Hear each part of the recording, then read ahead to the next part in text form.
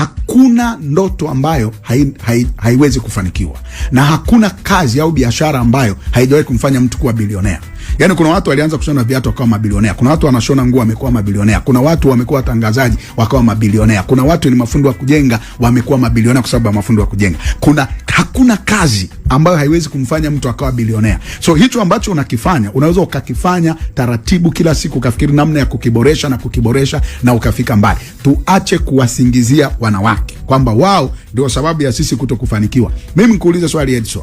Mwanaume leo utamkuta anasema ni huyu mwanamke ananizuia mimi nisifanikiwe. Muulize, kabla hujamuoa huyo mwanamke ulikuwa na milioni ngapi? Ulikuwa na bilioni ngapi kwenye akaunti? Kuna watu ambao kabla hawajamuoa walikuwa na hela. Na baada ya kuoa ndio kidenga down. Chini. Mwanamke hawezi kuwa sababu. Ni tatizo lako mwenyewe.